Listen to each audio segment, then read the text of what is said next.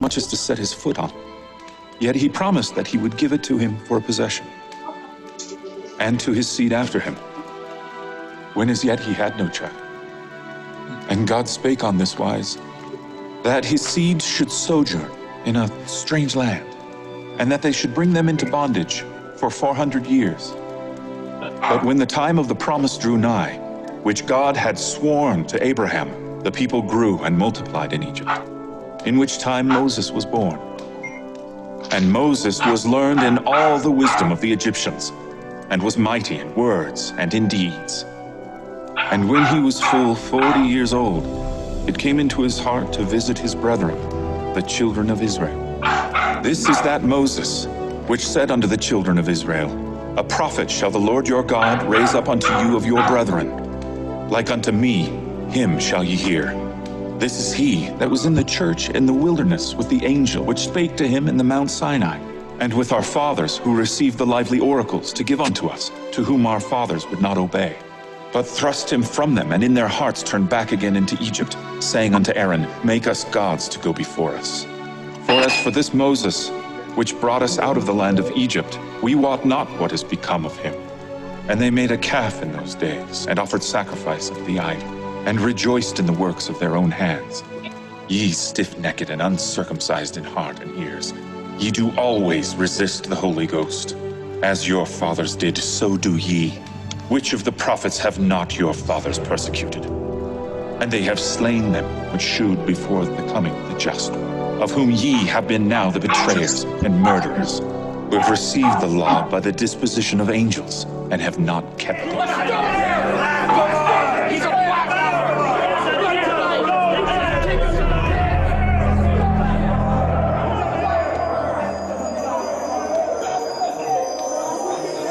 Behold, I see the heavens opened, and the Son of Man standing on the right hand of God.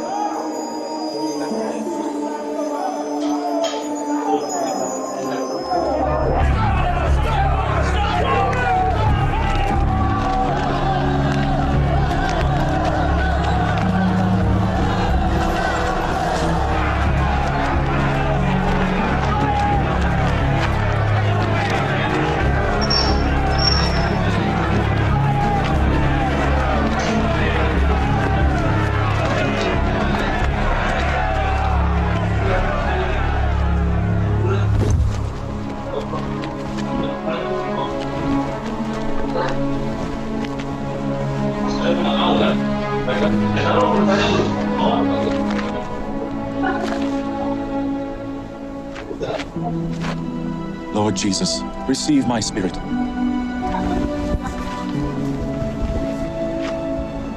Lord, lay not this sin to their charge.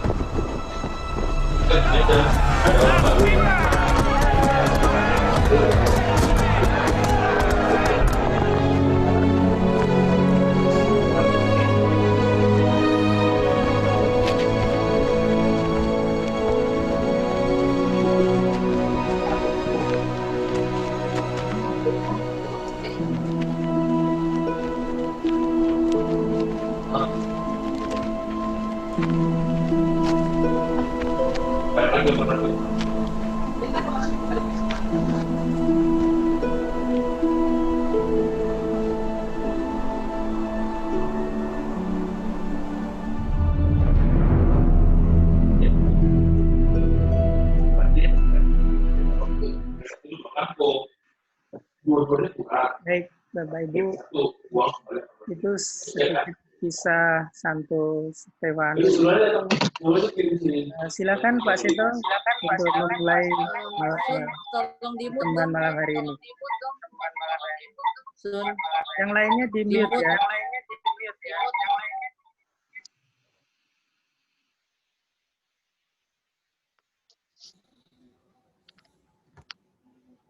Silakan Pak Seto. Selamat malam. Selamat malam Ibu, Bapak semua. Malam, Pak. Ya. Malam, Pak Kita akan Seto. melanjutkan pembicaraan kita tentang Petrus. Tapi kita malam ini kita akan melihat apa yang terjadi dengan jemaat di Yerusalem. Dan kemudian kita akan melihat bagaimana Petrus punya peran di dalamnya. Di pertemuan yang lalu kita sudah melihat bagaimana jemaat di Yerusalem mengalami perkembangan dalam jumlah, dan mereka menjalankan kehidupan secara komunal milik bersama, ya. Dan kemudian para rasul dalam situasi seperti itu tetap memberitakan Kristus, dan kemudian jumlah orang yang percaya makin lama makin bertambah. Kita akan lihat perkembangan selanjutnya. Silakan Bapak Ibu ke Kisah bab 6.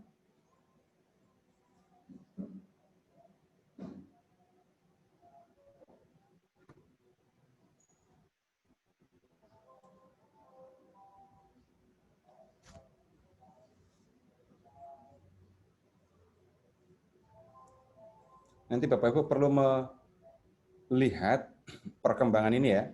Dan kemudian lihat juga, perhatikan peran Petrus. Pada masa itu, ketika jumlah murid makin bertambah, timbullah sungut-sungut di antara orang-orang Yahudi yang berbahasa Yunani terhadap orang-orang Ibrani. Karena pembagian kepada janda-janda mereka diabaikan dalam pelayanan sehari-hari. Nah, Bapak Ibu menemukan di sini, dalam jemaat ternyata ada dua golongan. Jadi di Yerusalem terdapat jemaat Kristiani, orang-orang yang percaya kepada Yesus, tetapi semuanya orang Yahudi, ya. Tetapi di antara mereka ada yang berbahasa Yunani dan ada yang berbahasa Ibrani. Yang berbahasa Yunani itu adalah orang-orang Yahudi perantau yang pulang. Dalam pertemuan yang lalu kita sudah lihat ada contohnya, Barnabas yang Lewi dari Siprus itu. Sedangkan yang berbahasa Ibrani itu adalah orang-orang Yahudi yang memang ada di Palestina, gitu ya. Nah, kemudian kita sudah melihat juga mereka menjalani kehidupan bersama, milik bersama, dan kemudian pada waktu itu dikatakan tidak ada yang berkekurangan di antara mereka. Tapi kita lihat sekarang, jumlah murid makin bertambah. Dan pembagian makanan terhadap para janda yang berasal dari golongan yang berbahasa Yunani, rupanya tidak mendapatkan perhatian baik. Lalu para anggota atau murid-murid yang berbahasa Yunani bersungut-sungut, mereka komplain. Ya. Kemudian lihat berikutnya bagaimana para rasul mengatasi itu. Berhubung dengan itu, ke-12 rasul itu memanggil semua murid berkumpul, ya, dan berkata, kami tidak merasa puas karena kami melalaikan firman Allah untuk melayani meja. Nah, silahkan Bapak Ibu membayangkan bagaimana para rasul, 12 rasul itu harus memberitakan Injil kepada orang yang belum percaya, kemudian membina jemaat yang sudah terbentuk untuk mengajar mereka, tapi mereka juga harus mengatur pembagian makanan di antara jemaat. Ya, mereka mengalami kesulitan yang sangat serius rupanya. Dan mereka pun merasakan bagaimana mereka sibuk ngurusi makanan untuk jemaat dan melalaikan firman Allah. Padahal tugas mereka yang utama justru memberitakan firman Allah. Ayat 3. Karena itu, saudara-saudara, pilihlah 7 orang dari antaramu yang terkenal baik, yang penuh dengan roh dan hikmat, supaya kami mengangkat mereka untuk tugas itu. Dan supaya kami sendiri dapat memusatkan pikiran dalam doa dan pelayanan firman. Ada pembagian tugas. Para rasul akan mengambil peran dalam doa dan pelayanan firman. Nah, perlu ada orang-orang yang terlibat dalam pelayanan meja, membagikan makanan untuk anggota jemaat yang berkekurangan. Tapi Bapak Ibu tolong perhatikan syaratnya.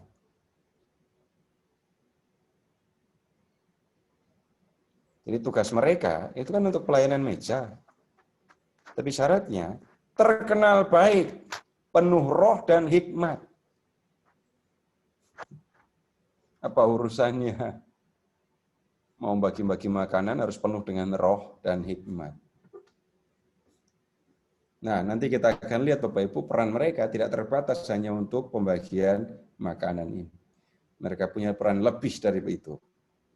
Nah, kemudian ayat 5, usul itu diterima baik oleh seluruh jemaat, lalu mereka memilih Stefanus, seorang yang penuh iman dan Roh Kudus. Terus Filipus, Prokorus, Nikanor, Timon, Parmenas, Nikolaus, seorang penganut agama Yahudi dari Antioquia.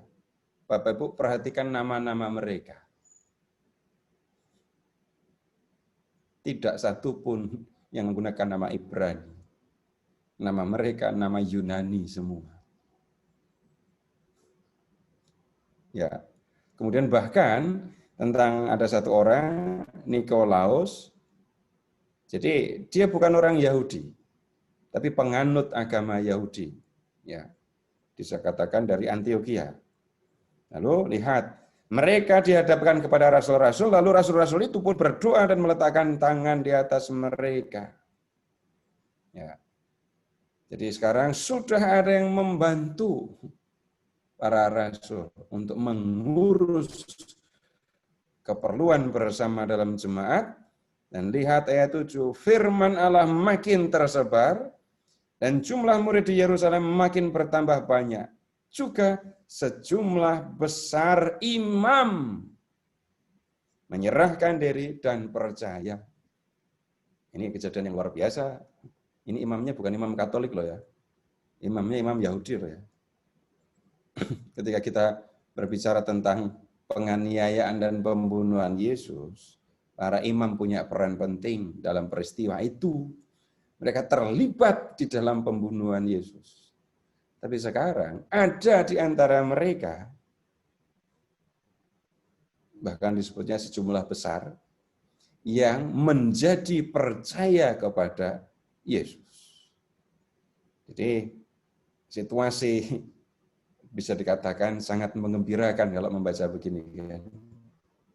Silahkan membayangkan di antara jemaat ada kerukunan, ada pembagian makanan untuk mereka yang berkekurangan, kemudian para rasul memberitakan Injil dan membina jemaat. Ini kalau dibentuk seksi-seksi, ini Stefanus itu masuk seksi apa? PSE. Kalau di kemudian hari nama diakon itu punya peran yang lebih liturgis ya. Tapi awalnya ya ini yang kita lihat. Nah kemudian selanjutnya diceritakan Bapak Ibu, salah satu diakon yang dipilih itu, yaitu Stefanus, ke ayat 8 sekarang. Dan Stefanus yang penuh karunia dan kuasa, mengadakan mukjizat-mukjizat dan tanda-tanda di antara orang banyak.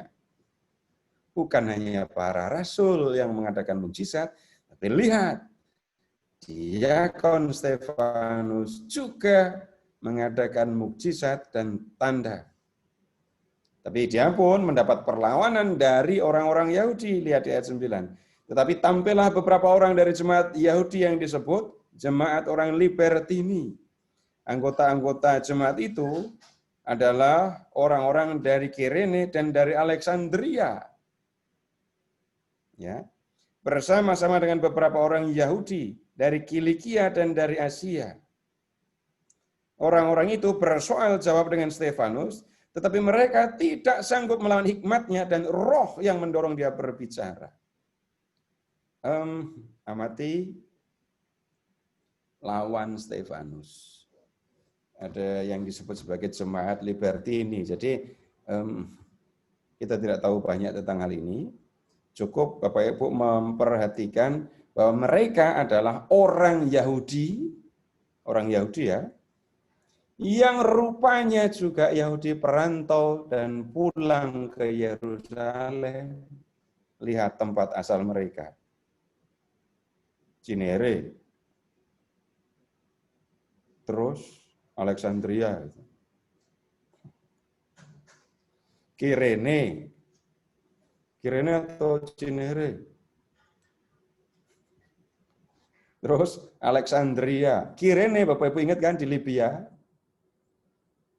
terus Alexandria itu di Mesir, Kilikia, Asia. Silahkan membayangkan Turki. Jadi mereka orang-orang Yahudi perantau. Banyak anggotanya. Lihat, mereka bersoal jawab, mereka berdebat dengan Stefanus.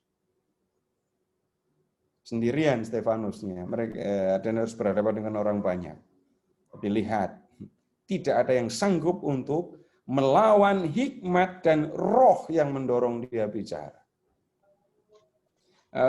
Bapak Ibu, sekali lagi, saya pernah sampaikan kepada Bapak Ibu, tidak semua orang pernah mengalami hal yang seperti ini. Tapi jemaat, anggota gereja yang pernah menghadapi penganiayaan, banyak sekali yang menghadapi bagaimana Roh Kudus mendorong mereka untuk berani dan untuk menjawab. Dan apa yang mereka sampaikan tidak bisa dibantah.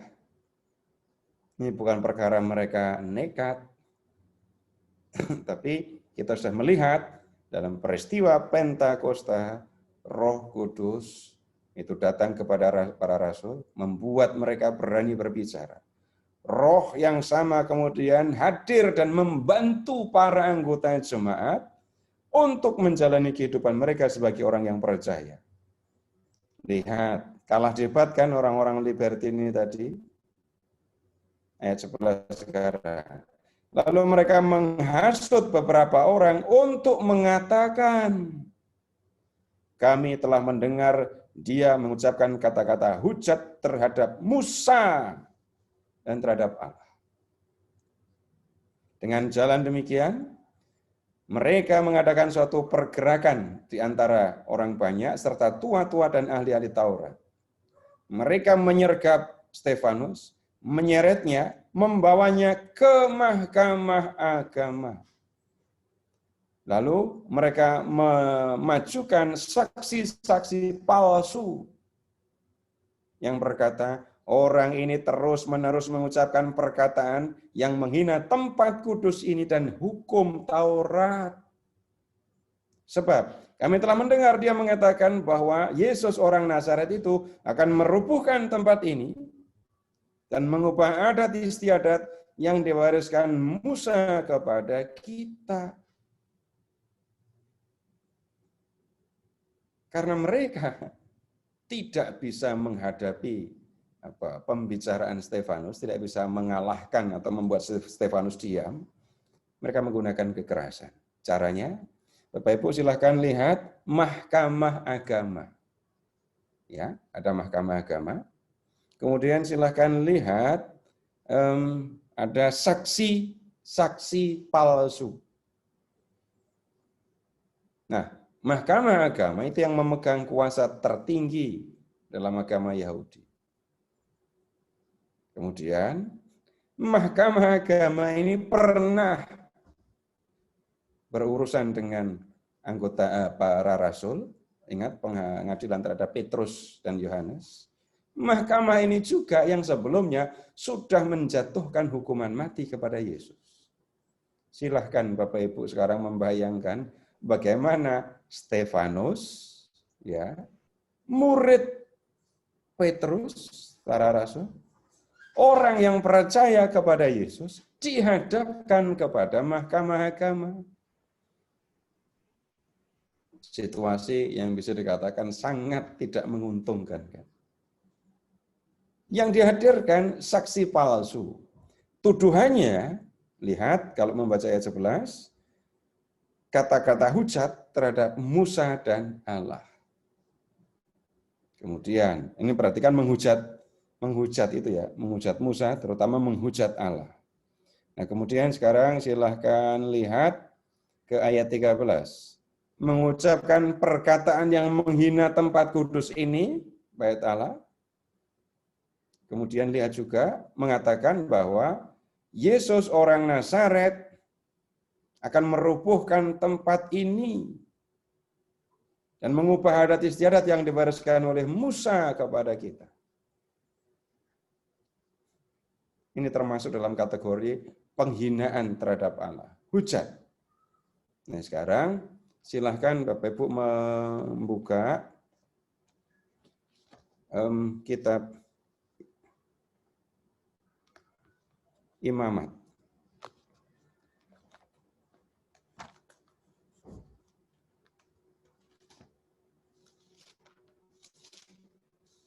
Bab 24.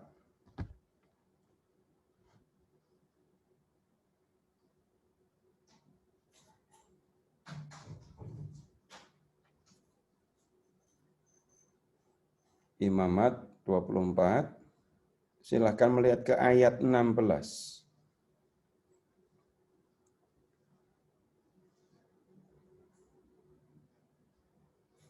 Siapa yang menghujat nama Tuhan, pastilah ia dihukum mati dan dilontari dengan batu oleh seluruh jemaah itu. Baik orang asing maupun orang Israel asli, bila ia menghujat nama Tuhan, haruslah ia dihukum mati. Itu hukuman untuk orang yang menghujat atau yang menghina Allah. Kenapa kok dilempari batu hukumannya? Ya, materi yang paling gampang dicari di sana, ditemukan di sana ya batu. Dan kemudian batu yang digunakan itu bukan batu kali yang halus gitu ya. Tapi bongkahan atau pecahan batu. Jadi batu yang runcing, tajam di sana sini. Nah, kemudian mumpung masih di Taurat, silahkan membuka kitab Ulangan sekarang. Ulangan bab 19.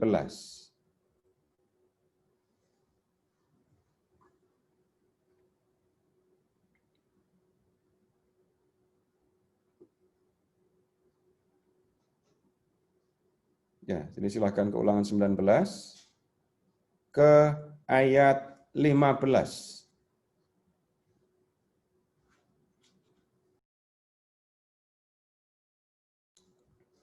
Satu orang saksi saja tidak dapat menggugat seseorang mengenai perkara kesalahan apapun atau dosa apapun yang mungkin dilakukannya. Baru atas keterangan 2 atau 3 orang saksi, perkara itu tidak disangsikan.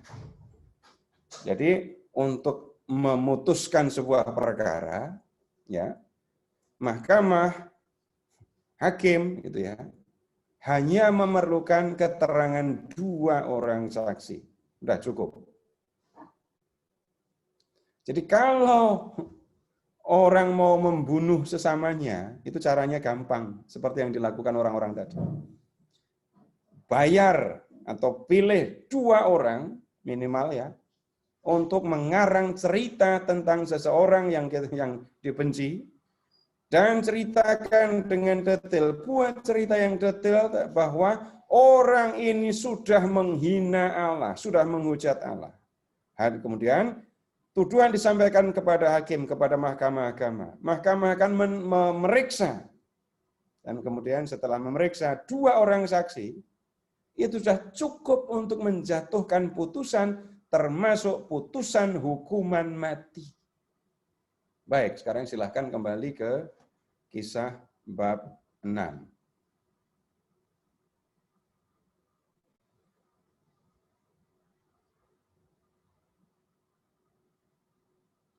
Ke Kisah bab 6 lagi, kita lanjutkan ceritanya. Lihat kehadiran saksi-saksi palsu. Para saksi palsu bisa jadi disuruh, tapi bisa jadi juga ya datang dari golongan libertini tadi. Ya, yang bersaksi di hadapan mahkamah agama menyampaikan tuduhan bahwa Stefanus sudah menghujat Allah. Dan kemudian lihat setelah menyampaikan tuduhan ini ayat 15. Setelah mereka menyampaikan tuduhan ini, semua orang yang duduk dalam sidang mahkamah agama itu menatap Stefanus. Lalu mereka melihat muka Stefanus sama seperti muka seorang malaikat. Enggak ada khawatirnya, enggak ada takutnya, malah tampak kemuliaan di wajahnya. Nah, kemudian setelah memeriksa saksi, bab 7 ayat 1 sekarang, kata imam besar, benarkah demikian? Imam besar cuma menyampaikan satu pertanyaan seperti itu. Ya. Kemudian Stefanus mengajukan pembelaan. Pembelaannya panjang lebar disampaikan di bab 7 ayat 2 tadi sampai dengan ayat 53. Tadi Bapak Ibu sudah sempat mendengarkan pembelaan Stefanus kan tadi? Saya tidak akan membahasnya karena ceritanya panjang, tapi memang tuduhannya ada urusan dengan Musa, dengan Taurat kan? Dan Stefanus banyak berbicara tentang hal itu. Kemudian sekarang langsung ke bab 7 ayat 51. Hai orang-orang yang keras kepala dan yang tidak bersunat hati dan telinga, kamu selalu menentang Roh Kudus sama seperti nenek moyangmu, demikian juga kamu. Siapakah dari nabi-nabi tidak dianiaya oleh nenek moyangmu? Bahkan mereka membunuh orang-orang yang lebih dahulu memberitakan tentang kedatangan orang benar yang sekarang telah kamu khianati dan telah kamu bunuh. Kamu telah menerima hukum Taurat yang disampaikan oleh malaikat-malaikat, akan tetapi kamu tidak menurutinya.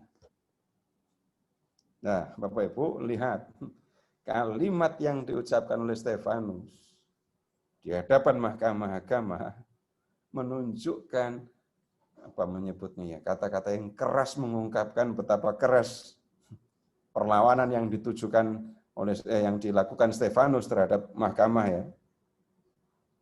Mereka dituduh oleh Stefanus sebagai orang yang keras kepala, tidak bersunat hati, tidak bersunat telinga. Hati mereka tidak bersih, telinga mereka juga tidak. Dan lihat, mereka selalu menentang Roh Kudus. Mereka selalu menentang Roh Allah, begitu maksudnya. Buktinya apa kalau mereka menentang Roh Allah? Dalam perjalanan sejarah Israel, mereka membunuh nabi-nabi yang diutus oleh Allah. Dan kemudian, nabi-nabi itu sebenarnya diutus untuk memberitakan datangnya orang benar, Yesus. Ya. Dan Yesus sendiri yang diberitakan oleh para nabi itu dibunuh oleh orang Yahudi.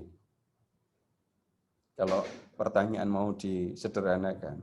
Jadi siapa yang sebenarnya melawan atau menghujat Allah? Stefanus atau mahkamah agama itu? Atau bahkan orang Yahudi pada umumnya. Nah, kalau mereka membunuh utusan Tuhan, apa itu namanya? Kalau mereka membunuh orang benar yang kedatangannya diberitakan oleh para nabi, yang ini utusan Allah yang paling besar. Namanya apa itu? Mereka merasa diri paling dekat dengan Allah, tahu kehendak Allah, tetapi yang mereka lakukan sebenarnya justru menentang Allah. Mereka bangga dengan hukum Taurat. Tapi yang mereka lakukan apa? Lihat ayat 53. Mereka tidak menuruti Taurat. Ayat 54. Ketika anggota-anggota mahkamah agama itu mendengar semuanya itu, sangat tertusuk hati mereka. Maka mereka menyambutnya dengan gertakan gigi. Jengkel, marah. Marahnya level berapa ini? Mereka tertusuk hati karena kata-kata Stefanus. Lalu wajah mereka menjadi marah, mereka geram melihat Stefanus. Tetapi Stefanus yang penuh dengan Roh Kudus menatap ke langit. Lalu melihat kemuliaan Allah dan Yesus berdiri di sebelah kanan Allah. Lalu katanya, sungguh, aku melihat langit terbuka dan anak manusia berdiri di sebelah kanan Allah. Maka berteriak-teriaklah mereka dan sambil menutup telinga serentak menyerbu dia. Perhatikan sikap mereka, menutup telinga. Enggak mau mendengar apa yang diucapkan oleh Stefanus. Lalu mereka menyerbu Stefanus, terus mereka menyeret dia keluar kota, lalu melemparinya. Diseret keluar kota Yerusalem, dan habis itu mereka melempari Stefanus dengan batu. Nah, begini, ada satu hal yang lama membuat saya bingung sebenarnya ketika membaca perikop ini, melihat apa yang dilakukan orang Yahudi, mahkamah agama terhadap Stefanus, dan melihat hal yang senada mereka yang dilakukan oleh mahkamah terhadap Yesus. Tuduhannya sama-sama menghujat Allah. Tuduhannya sama. Hukumannya sebenarnya sama. Hukuman mati. Tapi lihat, Yesus dijatuhi hukuman mati. Sebenarnya hukumannya adalah sama. Hukumannya sebenarnya sama. Harus dilempari dengan batu.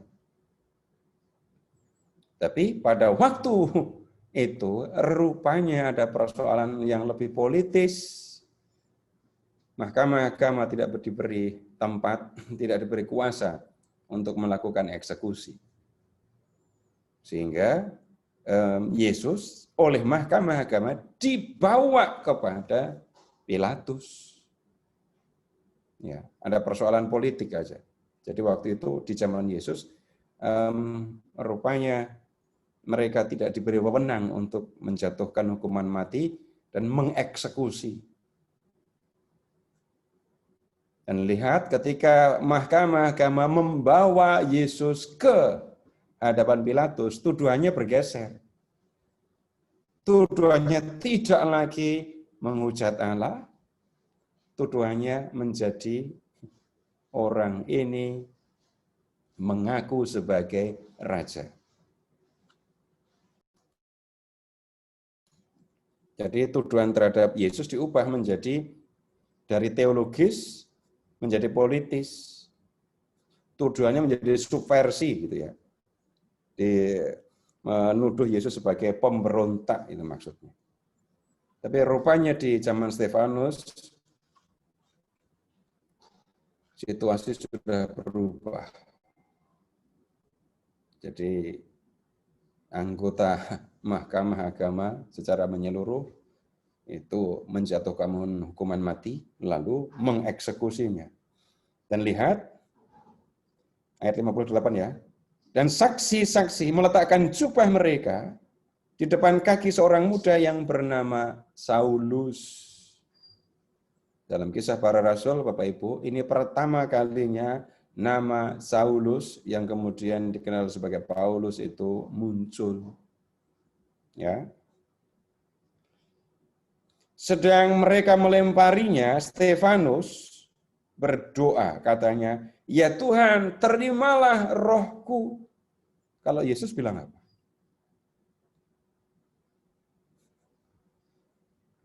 Ada yang senada dengan ini kan?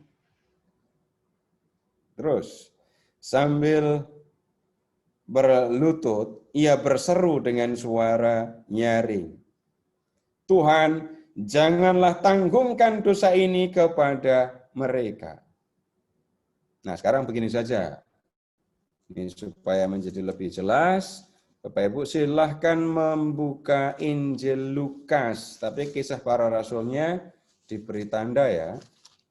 Silahkan membuka Injil Lukas.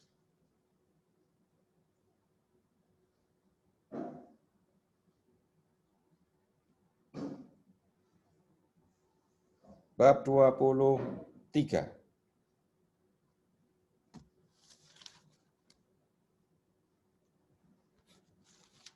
Lihat ke ayat 34.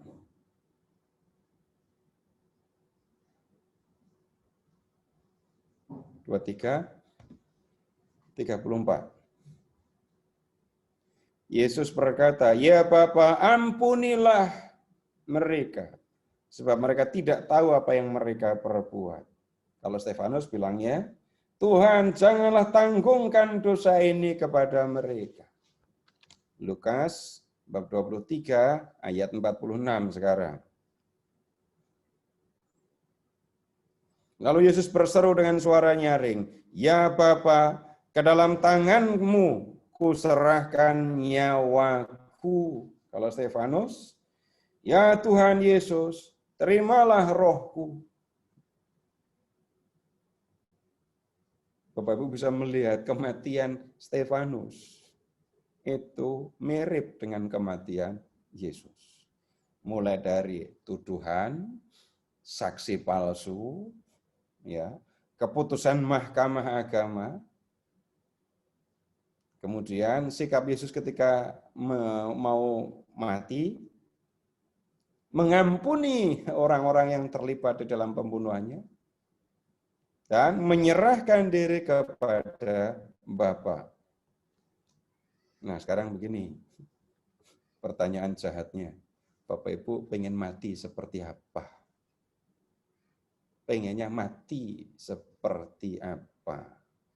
Atau mati dengan cara bagaimana? Kalau mati sambil atau ketika sedang belajar Alkitab gitu seru kali ya. Seru, terjadi kekacauan pasti nanti. Tapi begitu jiwa meninggalkan raga, jiwanya akan tersenyum sambil berkata, "Oh ya, ayat mana yang tadi kita lihat?" Gitu. Bapak Ibu begini, ketika berbicara mengenai kematian Stefanus, kita belajar tentang kematian. Mati seperti Yesus itu bukan mati yang menyedihkan, tapi kematian yang menggembirakan. Enggak usah dipungkiri, kematian pasti datang. Pertanyaannya, mau mati sebagai apa? Mau mati dengan cara bagaimana? Nah, kalau dalam nyanyian pujian Paskah atau dalam kepercayaan Katolik pada umumnya, yang mati sebagai orang yang percaya kepada Yesus akan bangkit juga seperti Yesus.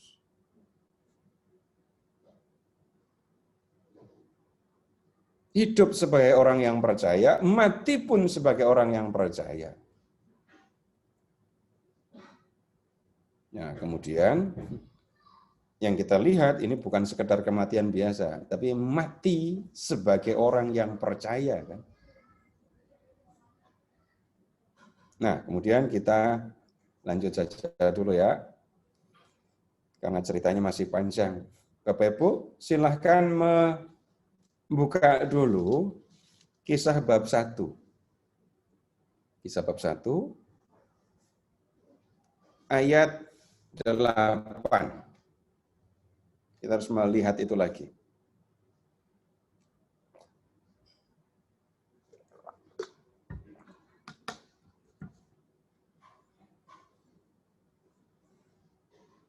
Bab 1 ayat 8. Tetapi kamu akan menerima kuasa kalau Roh Kudus turun atas kamu. Dan kamu akan menjadi saksiku di Yerusalem, di seluruh Yudea dan Samaria, dan sampai ke ujung bumi. Nah, yang kita lihat selanjutnya, bab 2 sampai dengan bab 7 ini tadi, semuanya terjadi di Yerusalem. Ya, peristiwanya terjadi semuanya di Yerusalem, termasuk pembunuhan Stefanus kan di Yerusalem. Nah sekarang kita lanjut, silahkan Bapak Ibu ke bab 8. Bab 8.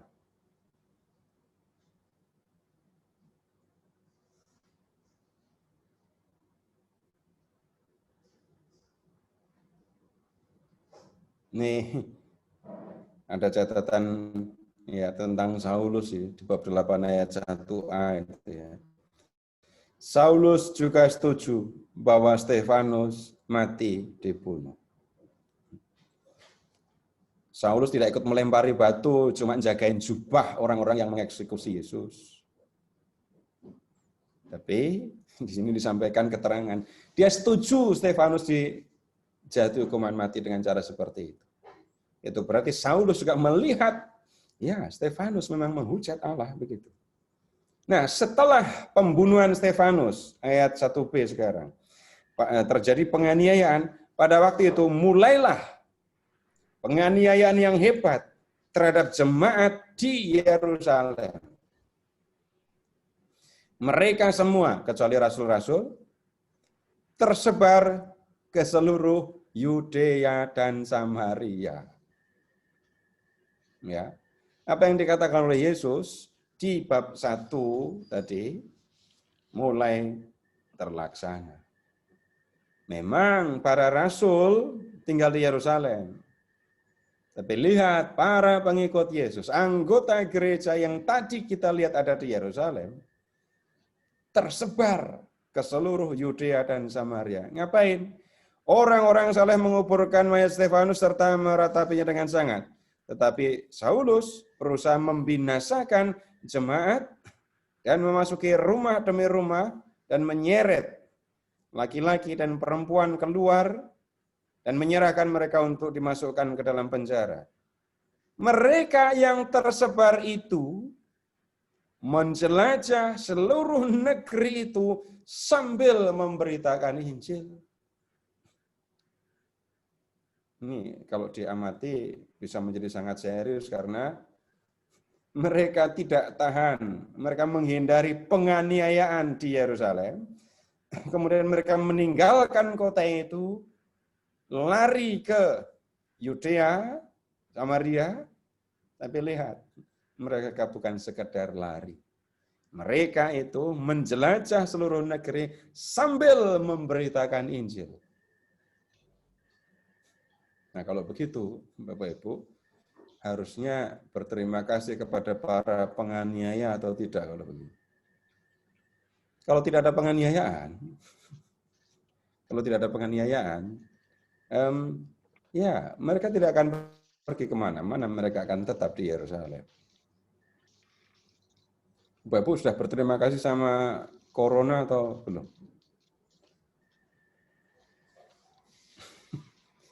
Saya pernah mengajukan pertanyaan, sejak datangnya corona, Bapak Ibu lebih rajin sembahyang atau enggak? Terutama di bulan Maret dan April itu loh.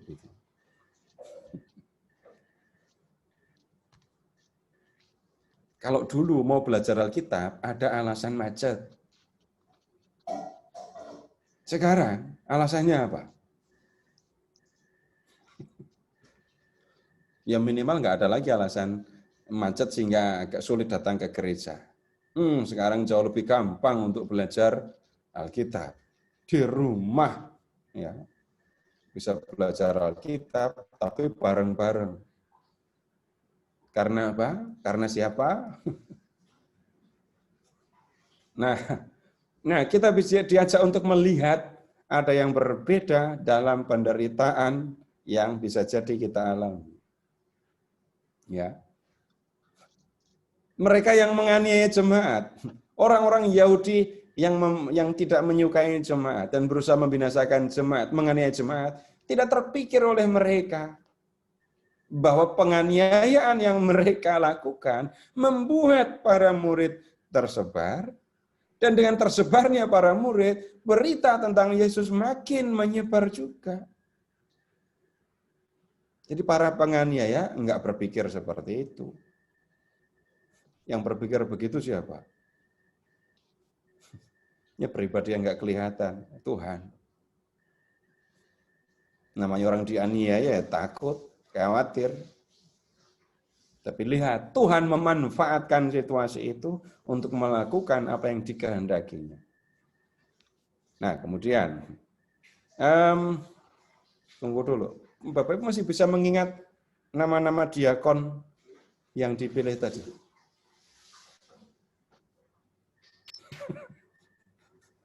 Kalau nggak bisa mengingat, ya tinggal buka lagi. Yang paling diingat ya Stefanus, gitu kan ya. Ada nama Stefanus, sudah pasti. Lalu yang kedua, Filipus. Prokorus, Nikanor, Timon, Parmenas, Nikolaus. Perhatikan Filipus. Di bab 8 ayat 4 dan seterusnya, Bapak Ibu, kita bertemu dengan diakon lain ya, yang bernama Filipus. Ini tidak sama dengan Filipus Rasul gitu ya. Nah, ini diakon Filipus. Lihat di ayat 4 tadi ya. Mereka yang tersebar itu menjelajah seluruh negeri itu sambil memberitakan Injil. Contoh, ayat 5. Filipus pergi ke suatu kota di Samaria. Berita tentang Yesus sekarang sampai di Samaria. Yang mengerjakan pemberitaan itu siapa? Filipus. Kenapa dia sampai ke Samaria? Ya, urusannya dengan penganiayaan terhadap jemaat di Yerusalem tadi. Nah, kemudian yang dilakukan Stefanus juga, lihat ayat 26, memberitakan Yesus kepada seorang sida-sida. Sida-sida itu pelayan raja, orang dekat raja, tapi yang dikebiri. Dan apa yang dilakukan dilakukan oleh Filipus? Menjelaskan satu perikop yang bisa dikatakan sangat. Nah sekarang begini, silahkan membayangkan orang Kasim ya, di zaman kuno, seluruh wilayah kerajaan itu kan milik raja. Lalu dari manusia sampai tanah itu punya raja. Raja bisa menghendaki siapa saja. Bayangkan raja atau utusan raja itu melihat seorang muda, laki-laki muda yang cerdas, pandai gitu ya. Ini cocok ini untuk kerja di istana. Tapi untuk kerja di istana ada satu hal yang harus mereka lalui. Mereka harus dikebiri. Ini jelas bukan sesuatu yang menyenangkan untuk seorang laki-laki, sudah pasti. Dan tidak ada laki-laki yang dengan rela hati mau melakukan yang seperti itu. Ini anak muda loh ya. Nah kemudian, lihat, rupanya dia penganut agama Yahudi. Dia sedang membaca perikop dari Nabi Yesaya. Lihat di ayat 32. Seperti seekor domba, ia dibawa ke pembantaian. Seperti anak domba yang keluh di depan orang yang menggunting bulunya, demikian ia tidak membuka mulutnya. Sekarang, kalau seorang sida-sida membaca teks seperti ini tadi, seperti domba ia dibawa ke pembantaian, seperti anak domba yang keluh di depan orang yang menggunting bulunya, demikianlah ia tidak membuka mulutnya. Sida-sida itu seperti melihat dirinya sendiri. Ya. Dan kemudian lihat, Filipus memberikan keterangan. Perikop itu berbicara tentang Yesus. Nah, begitu. Sekarang begini, Bapak Ibu, para diakon, para murid Yesus yang lain menyebar ke wilayah Yudea, ke Samaria, dan kemudian banyak orang yang menjadi percaya. Ya. Di bab 9 kita ketemu dengan cerita tentang Saulus, kita tidak mendiskusikannya. Lalu sekarang ke bab 9 ayat 32. 9:32.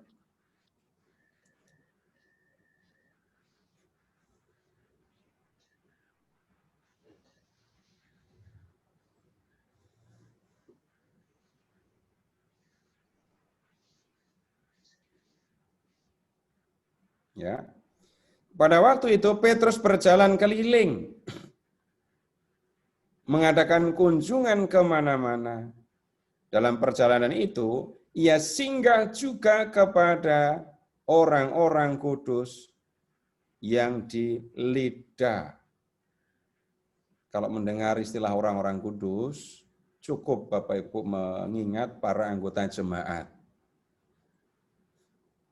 Sampai sekarang masih digunakan oleh gereja Katolik ya. Waktu mengucapkan syahadat, Bapak Ibu mengatakan, aku percaya Roh Kudus, gereja Katolik yang kudus, persekutuan para kudus.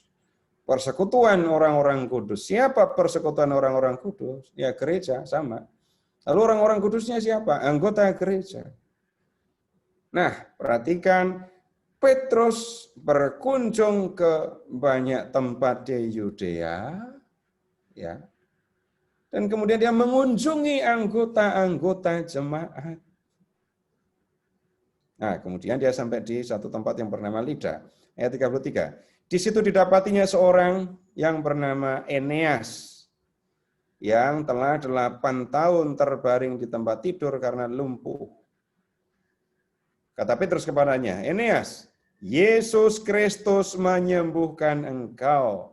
Bangunlah dan bereskanlah tempat tidurmu. Seketika itu juga bangunlah orang itu. Petrus menyembuhkan orang lumpuh seperti Yesus menyembuhkan orang lumpuh. Tapi Petrus menyembuhkan orang lumpuh bukan dengan kuasanya dan bukan dia yang menyembuhkan. Bahkan begitu ya. Yang menyembuhkan siapa? Yesus Kristus. Ingat kembali peran mukjizat dalam kisah para rasul. Ya, untuk menunjukkan, membuktikan bahwa Yesus yang dibunuh, yang mati itu benar-benar hidup.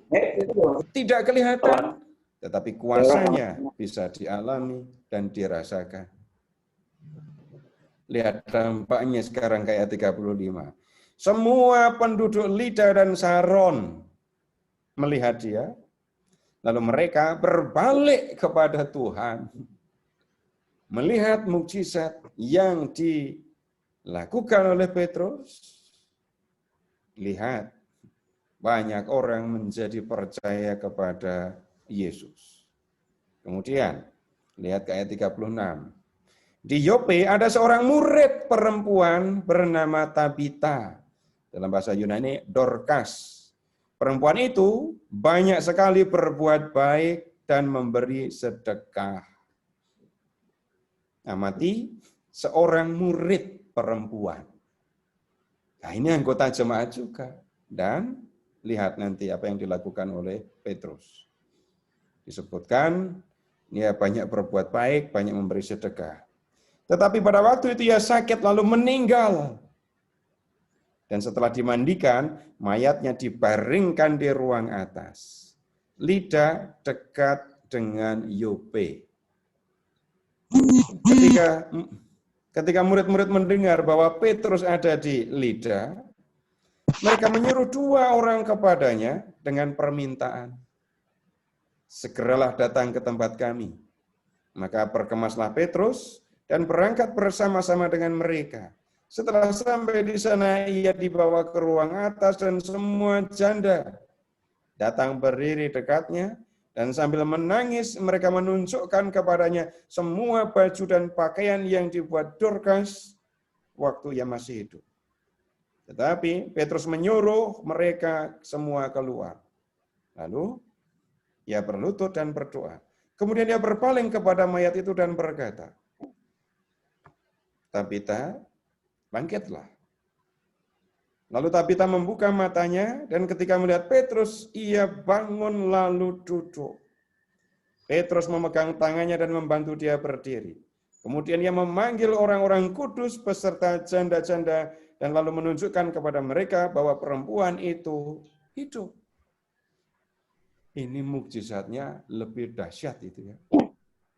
Karena apa? Membangkitkan orang mati.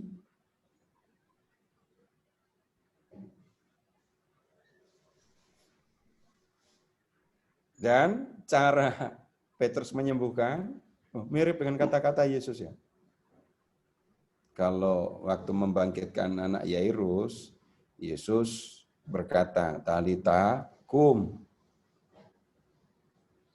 Talita, tapi beda dengan kalau di Injil Talita, di sini Tabita. Talita itu bukan nama. Talita itu panggilan sayang untuk anak kecil perempuan itu.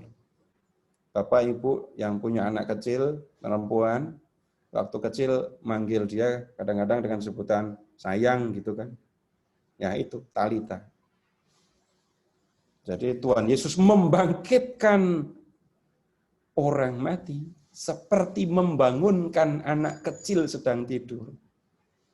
Kalau diterjemahkan ke dalam bahasa Indonesia, bahasa pergaulan, Yesus membangkitkan anak itu dengan berkata, sayang, bangun. Udah, langsung bangun. Padahal orang mati. Nah, kalau yang dilakukan Petrus menyebut nama orang itu. Tabita, bangun. Nah, kemudian dia bangun. Kalau ada orang yang bisa membangunkan orang mati, sehingga orang mati itu bisa jadi hidup lagi, bukan jadi mayat hidup loh ya, hidup lagi, maka itu menjadi peristiwa yang luar biasa. Apalagi kalau disaksikan oleh orang banyak gitu ya. Dan banyak orang yang melihat bahwa orang ini memang benar-benar mati, tadinya mati sekarang kok hidup. Yang ada di dalam kamar cuma Petrus, berarti Petrus yang membuat orang ini hidup. Nah, lihat efeknya ayat 42. Peristiwa itu tersiar di seluruh Yope dan banyak orang menjadi percaya kepada Tuhan. Kemudian daripada itu Petrus tinggal beberapa hari lagi di Yope, di rumah seorang yang bernama Simon, seorang penyamak kulit. Nah, sekarang lihat Bapak Ibu, apa yang dikatakan oleh Tuhan Yesus tadi, kamu akan menjadi saksiku, ya di Yerusalem, Yudea dan Samaria, sampai ke ujung bumi. Mula-mula dikerjakan oleh murid-murid lain, termasuk diakon tadi ya.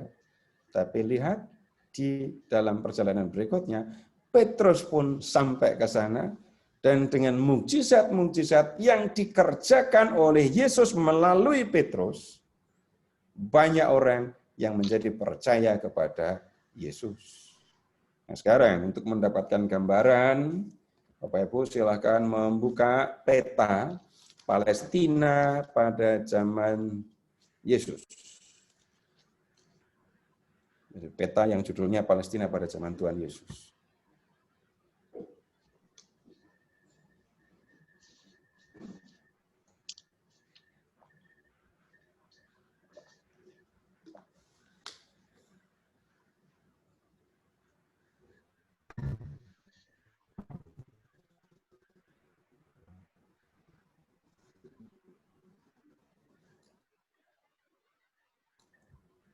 Sudah ketemu?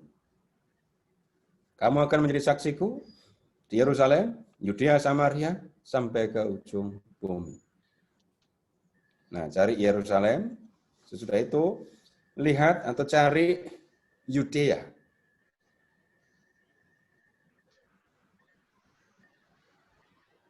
Setelah Yudea, silahkan ke arah utara dan cari Samaria yang huruf besar semua. Setelah Samaria, ke utara lagi, cari Galilea. Cari Galilea.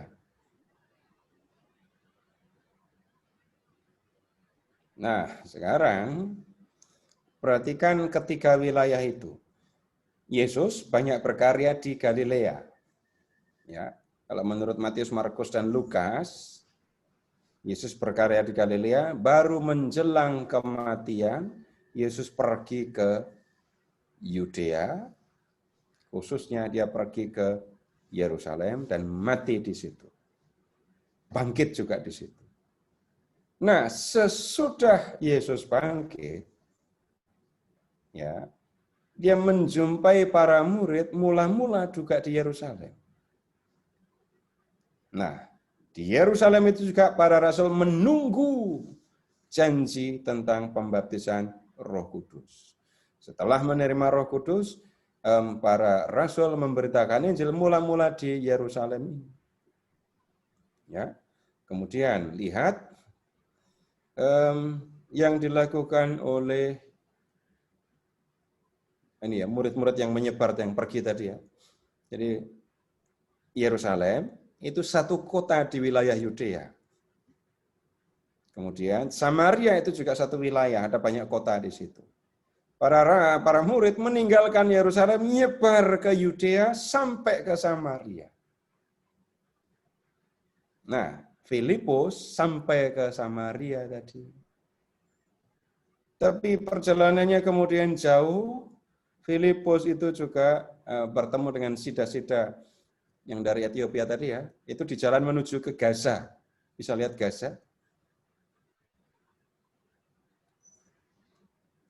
Nanti pada akhirnya diakon Filipus itu menetap di satu kota di pinggir Laut Tengah yang namanya Kaisarea. Bisa lihat Kaisarea. Nah, ada di situ. Nah, kemudian yang kita lihat ini tadi, Petrus mengunjungi ya orang-orang kudus, jemaat di Yudea tadi ya, sampai di Lida. Kalau Lida ada di peta atau enggak?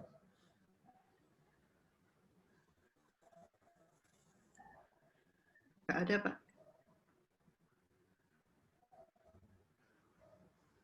Enggak ada di Lida. Kita cuma dapat keterangan Lida. Kalau Yope ketemu? Sama, ini kota di pinggir Laut Tengah. Jadi sejalan dengan Gaza dan Kaisarea tadi. Baik, Bapak Ibu, itu yang kita bisa lihat. Dan Bapak Ibu juga bisa memperhatikan bagaimana peran Petrus tadi ya. Dalam peristiwa pemilihan para diakon, dia ada di sana. Kemudian ketika para murid menyebar di seluruh wilayah Yudea dan Samaria, lalu memberitakan Injil di sana, ada anggota-anggota jemaat di sana, Petrus bukan hanya mengunjungi mereka, tetapi memberitakan Injil dengan caranya sendiri, yaitu membuat mukjizat seperti yang dikehendaki oleh Yesus. Baik, sebelum saya menyampaikan beberapa pesan yang kita bisa pelajari, Bapak Ibu, ini malam ini ceritanya agak serius ya. Jadi pada ngantuk.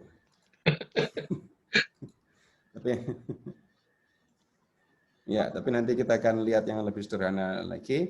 Sekarang silahkan kalau ada yang perlu ditanyakan.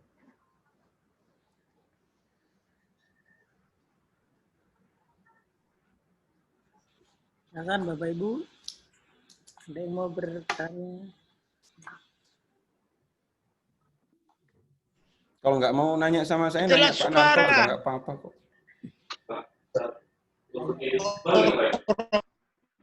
Tanya sama Petrus.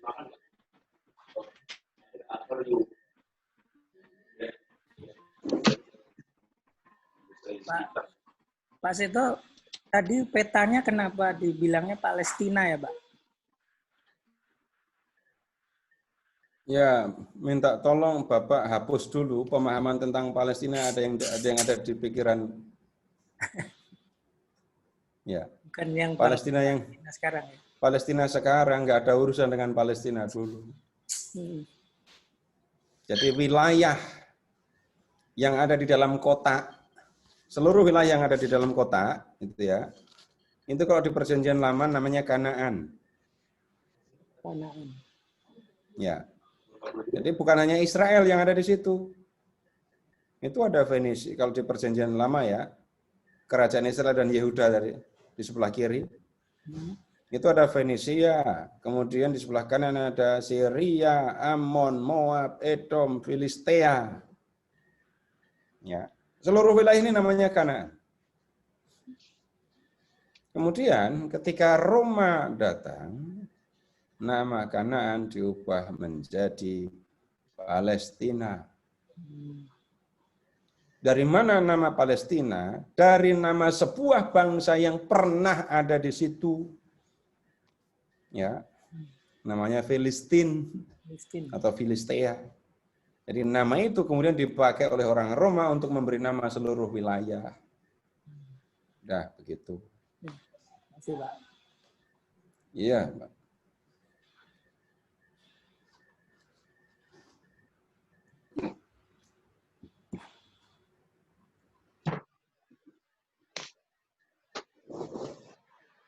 Tidak ada lagi? Ya udah. Mas Seto, Iya. jadi Yope itu masih ada sampai sekarang kotanya? Kota-kota di zaman kuno itu kalau pas urusan perang kotanya dirobohkan, Mbak. Nanti kalau ada orang lain lagi mau bangun, bisa jadi bangunnya di atas kota itu. Kota Yope rupanya tidak menarik perhatian, jadi kota itu kita tidak temukan lagi. Kota-kota kuno yang masih ada sampai sekarang, contoh Yerusalem, ya, kota Nazaret itu ada. Tapi jangan membayangkan Nazaret di zaman dulu sama dengan Nazaret yang sekarang. Sudah berbeda. Jadi Yope, nah, kita tidak menemukan kota ini lagi. Jadi kalau dulu kota itu begini, Pak. Orang mendirikan kota itu di atas bukit untuk keperluan pertahanan. Tapi kalau sebuah kota ditaklukkan, itu seluruh bangunan, setembok-temboknya diratakan semua. Nanti kalau orang mau bangun lagi, baru bangun di atasnya lagi. Nah, Yope tidak dibangun lagi. Dan ada banyak kota lain, termasuk yang Bapak Ibu biasa dengar kota Yeriko. Ya, begitu, Pak. Oke.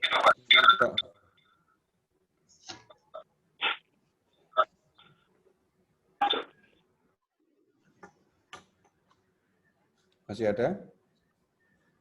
Seto mau tanya. Baik. Iya. Saya Pak Seto.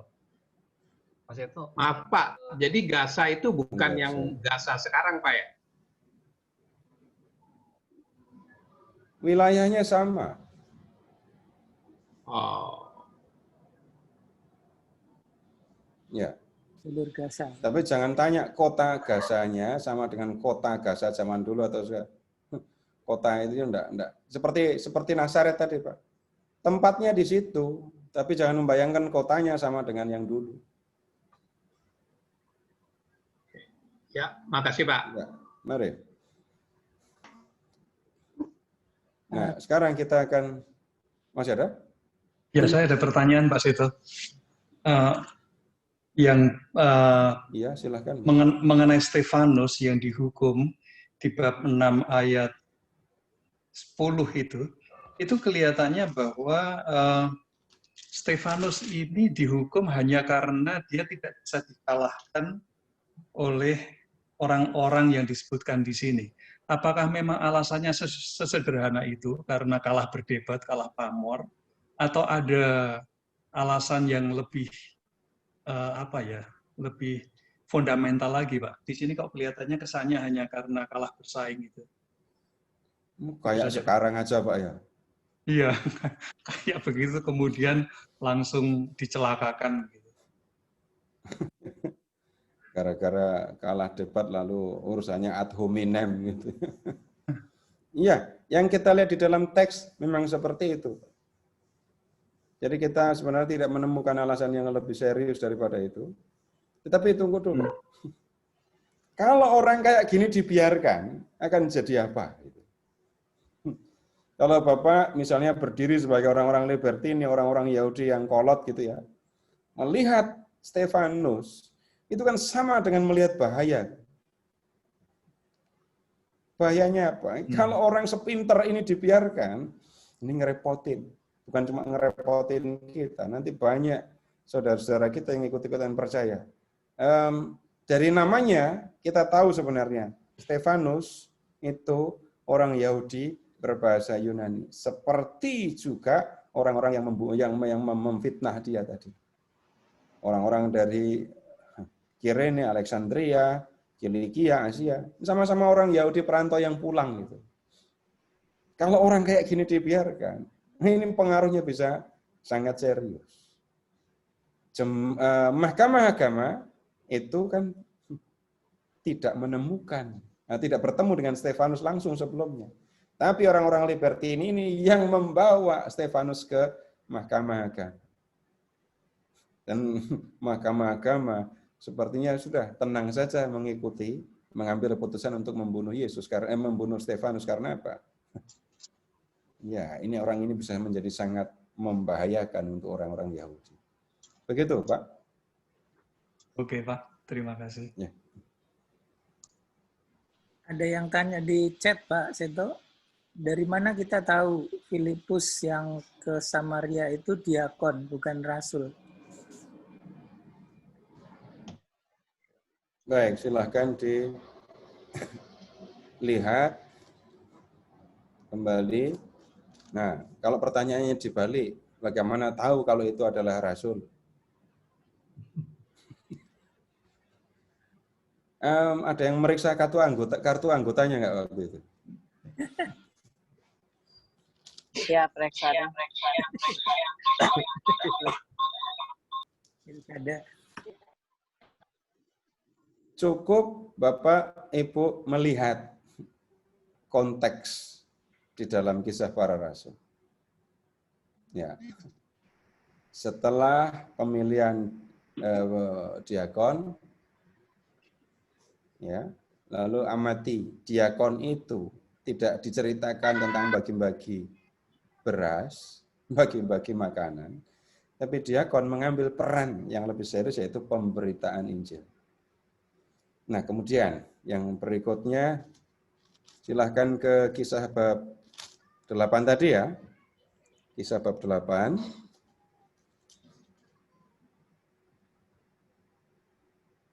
Lalu lihat untuk cari nama Filipus tadi.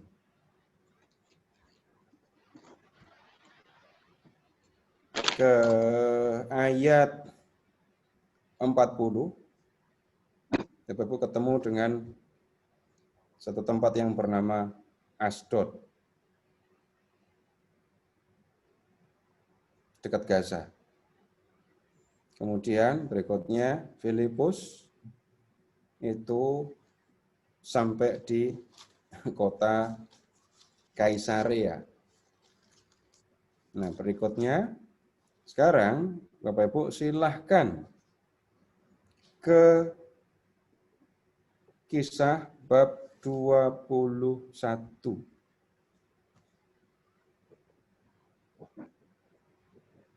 Kisah bab 21.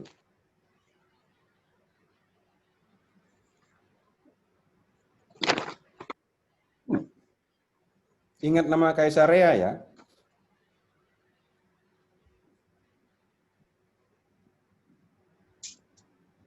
Ini cerita tentang Paulus yang mau pergi ke Yerusalem. Lalu lihat ke ayat 8. 21 ayat 8. Pada keesokan harinya kami berangkat dari situ dan tiba di Kaisarea. Nah, siapa yang ada di Kaisarea tadi? Kami masuk ke rumah Filipus, pemberita Injil itu, yaitu satu dari ke-7 orang yang dipilih di Yerusalem.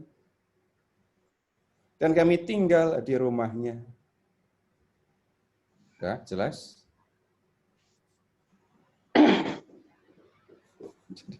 Biar Pak Filipus sendiri yang ngomong. Filipus mempunyai 4 anak darah yang beroleh karunia untuk bernubuat dan seterusnya. Tapi dengan cara begini, Bapak Ibu silahkan melihat bagaimana ya Filipusnya, ya Filipus diakon itu tadi. Jadi cara merunutnya di Kisah bab 8, ketemu Filipus itu menjelajah wilayah di pantai Laut Tengah. Kemudian rupanya dia menetapnya di Kaisarea. Nah, ya, kemudian lihat di bab 21, Paulus mampir ke rumah Filipus ini. Dan di situ dikatakan, Filipus adalah seorang pemberita Injil, satu dari 7 orang yang dipilih di Yerusalem tadi. Begitu, Pak. Masih ada lagi atau enggak?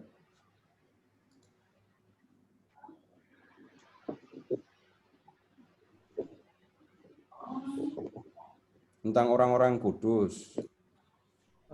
Orang kudus. Ya itu pertanyaan juga bisa dibalik itu. Bapak, Ibu tiap kali mengucapkan kredo kan mengatakan aku percayakan Roh Kudus, gereja Katolik yang kudus, persekutuan para kudus.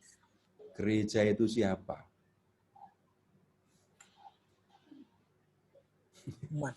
Gereja itu siapa? Persekutuan orang yang percaya kepada Tuhan, pada Yesus. Jadi yang kudus itu siapa? Yang dalam kalimat gereja Katolik yang kudus, persekutuan para kudus, yang kudus itu siapa? Gereja yang mana yang kudus? Gerejanya persekutuan. Persekutuan itu terdiri dari orang, manusia. Nah, kemudian orangnya kan yang orang-orang kudus. Jadi Bapak Ibu termasuk orang-orang kudus apa enggak?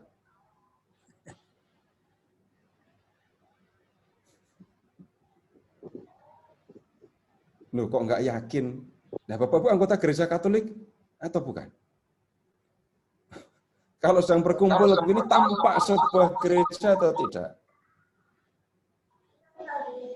Bapak Ibu semua orang-orang kudus, kita semua orang-orang kudus. Dari zaman dulu, dari zaman para rasul, kalau para rasul memanggil jemaat, itu orang-orang kudus. Kenapa jemaat kok disebut kudus? Nah, tolong diklarifikasi kata kudus. Kudus itu bukan kota di Jawa Tengah. Orang sana nggak akan menyebut kota Kudus. Pasti nyebutnya Kudus.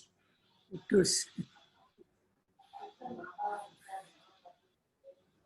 Kudus dalam pemahaman seorang Katolik biasanya berarti tidak berdosa. Nah, pertanyaan berikutnya, gereja itu tempat kudus atau tidak?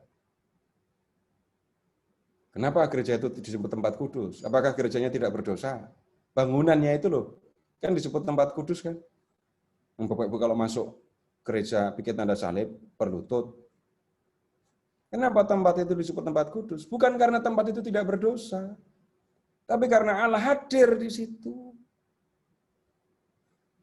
Satu tempat, satu orang menjadi kudus ketika Allah hadir di dalamnya. Pembunuhan di Palestina, di Israel itu luar biasa banyak ya. Tetap saja Bapak Ibu menyebutnya Holy Land. Kenapa kok begitu? Allah hadir di situ. Allah pernah hadir di situ.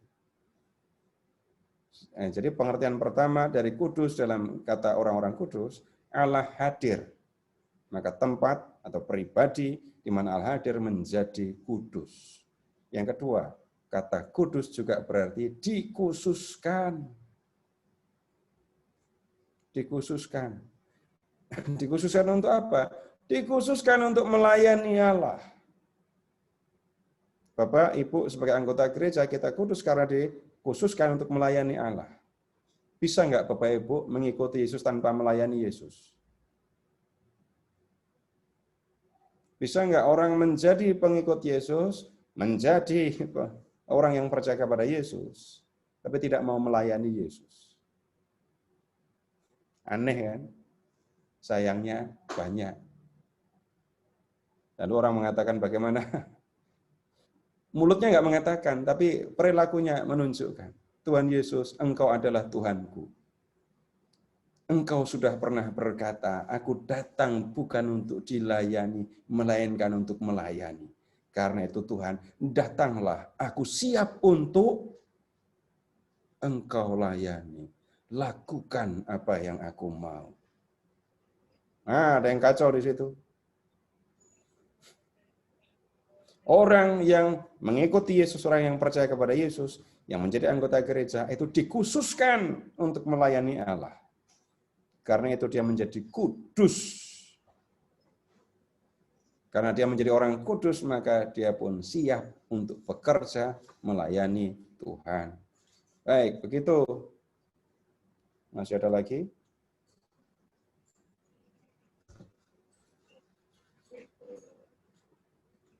Sah 21 ada disebutkan Nabi Agabus. Siapa beliau, Pak? Dari Bu Sandra. Nah, itu kita diskusinya yang bagian ini nanti. Belum sampai. Nanti cari saja dari Agabus, ada beberapa kali muncul. Loh, nanti ngomongnya jadi semua yang ada di Kisah Para Rasul. Ini tadi kita bicara ini, kenapa menyebut Stefanus, Filipus gitu ya. Itu kan dalam rangka pembahasan Petrus. Kalau cuma mau tahu Agabus itu siapa, dia seorang anggota jemaat di Yerusalem. Kenapa dia nabi, disebut nabi? Karena dia pernah mengatakan A, B, C, termasuk mengatakan akan datangnya kelaparan yang akan menimpa Yerusalem. Tidak banyak yang kita tahu. Jangankan Agabus, Petrus saja nggak banyak kita tahu kok di Kisah Para Rasul gitu ya. Ya hanya begitu saja.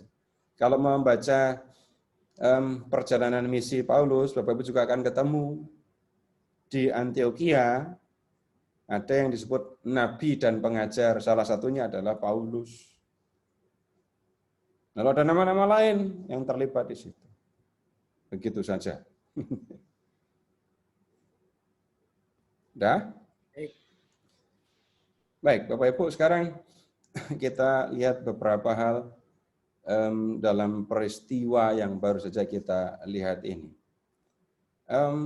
Cara Tuhan bekerja seringkali di luar dugaan, di luar pemahaman orang yang mengikutinya. Siapa yang menyangka penganiayaan justru membawa kabar baik itu sampai ke tempat-tempat yang jauh.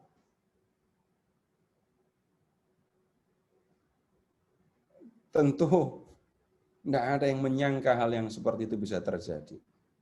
Sama dengan ini nanti kalau membaca Paulus. Paulus pergi dari satu tempat ke tempat yang lain seringkali bukan karena mengikuti peta, tapi karena penganiayaan yang dialami. Nah, kemudian begini, setiap orang mengalami kesulitan, mengalami penderitaan masing-masing ya.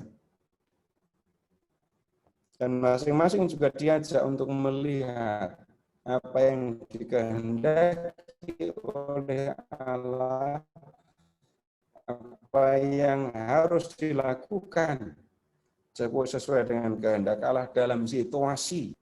Bapak Ibu, bisa jadi Bapak Ibu hanya kepada yang lain. Tapi menjadi jauh lebih penting pada kesempatan-kesempatan seperti itu, entah waktu menderita, entah setelah penderitaan lewat, lebih baik berkomunikasi juga dengan Allah.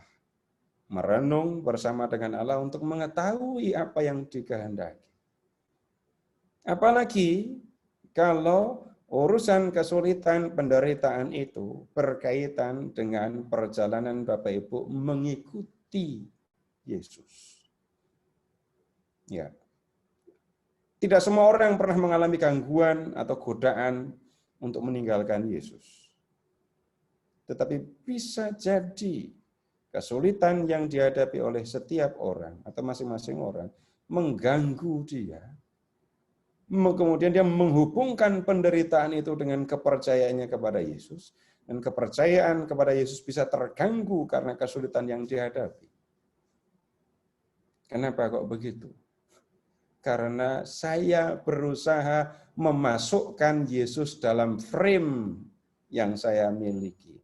Seharusnya kalau Tuhan Yesus mengasihi saya, dia melakukan A, B, C. Kalau memang Tuhan Yesus itu baik, maka dia harusnya melakukan seperti ini, seperti ini, seperti ini. Ketika Tuhan tidak melakukan yang seperti itu, maka kemudian saya bertanya, itu Tuhan atau bukan? Kalau Tuhan itu bisa dimasukkan dalam pola yang kita buat, Bapak Ibu malah tidak akan percaya kalau itu Tuhan. Masa Tuhan bisa saya atur menurut pola saya, menurut cara saya berpikir? Yang terjadi harusnya yang sebaliknya. Bisa jadi dalam perjalanan kehidupan kita sebagai orang yang percaya, Bapak Ibu akan menemukan bagaimana Tuhan berbicara, Tuhan menuntun, Tuhan menunjukkan kehendaknya dengan cara-cara yang sama sekali tidak terduga, tidak terbayang sebelumnya. Nah, sekarang begini, waktu Bapak Ibu memutuskan untuk ikut Yesus, ini pertanyaannya cocok untuk yang baptis dewasa ya. Bapak Ibu tahu atau enggak apa yang akan terjadi dengan Bapak Ibu di kemudian hari? Enggak tahu. Tapi kalau orang di Jawa Tengah, orang Jawa akan mengatakan, tibo tangi cekelanku Gusti. Kalau memang komitmen dari awal sudah begitu, mau seperti apapun saya ikut Yesus. Yesus akan berbuat apa, akan melakukan apa, saya akan mengalami apa. Saya tidak tahu di awal. Tapi dalam keadaan seperti apapun, saya akan terus berbincang, berdiskusi, mendengarkan Yesus. Yang seringkali membuat orang gagal mengikuti Yesus, itu kan ketika mengalami kesulitan, lalu merasa kecewa dengan Yesus, lalu berusaha meninggalkan Yesus. Yesus tidak berlaku seperti yang saya mau, Yesus tidak seperti yang saya gambarkan. Loh, memangnya kamu siapa mau menggambarkan Tuhan? Memangnya kamu siapa kok mau memasukkan Tuhan dalam kerangka yang kamu buat sendiri? Nah, Bapak Ibu, bisa terjadi kalau Bapak Ibu mengikuti perjalanan iman Bapak Ibu, bisa jadi akan menemukan hal yang sama dengan yang dialami di dalam kisah para rasul. Tuhan bekerja dengan cara-cara yang bisa jadi tidak kita duga, tidak kita pikirkan, tetapi benar-benar itu terjadi. Dan makin lama saya melihat, makin jelas juga pengenalan saya akan Yesus. Begitu dulu Bapak Ibu, terima kasih dan selamat malam. Baik, Pak Seto, terima kasih banyak. Malam hari ini Pak Seto. dicerahkan dengan para diakon, ya, terutama Santo Stefanus. Minggu depan kita akan berjumpa dengan Cornelius, ya. Jadi, Bapak Ibu bisa mengikuti sesi yang ke-6 dari 7 sesi tentang Petrus di Kisah Para Rasul. Baik, untuk menutup pertemuan malam hari ini, kami silakan Bu Inge untuk menutup dengan doa. Iya. Silakan Bu Inge. Mari Bapak Ibu hati untuk dalam nama Bapa dan Putra dan Roh Kudus. Amin. Terima kasih Bapa, kami malam ini telah mendengarkan sabda-Mu, mendengarkan firman-Mu melalui wartaan dari Pak Seto. Lindungi kami Bapa agar kami minggu depan bisa berjumpa kembali, agar di hati kami tetap ada kerinduan untuk belajar kitab suci dan untuk mendengar sabda-Mu. Tuhan Yesus, sertailah kami selalu dalam kehidupan kami sehari-hari, dan Roh Kudus bimbinglah kami di kehidupan kami. Bunda Maria, Bunda Penolong Abadi, doakanlah kami dan terimalah salam kami. Salam Maria, penuh rahmat Tuhan sertamu, terpujilah engkau di antara wanita, dan terpujilah buah Yesus. Santa Maria, Bunda Allah, doakanlah kami yang berdosa ini, sekarang dan waktu kami mati. Amin. Terpujilah nama Yesus, Maria, dan Santo Yosef, sekarang dan selama-lamanya. Dalam Bapa dan Putra dan Roh Kudus. Amin.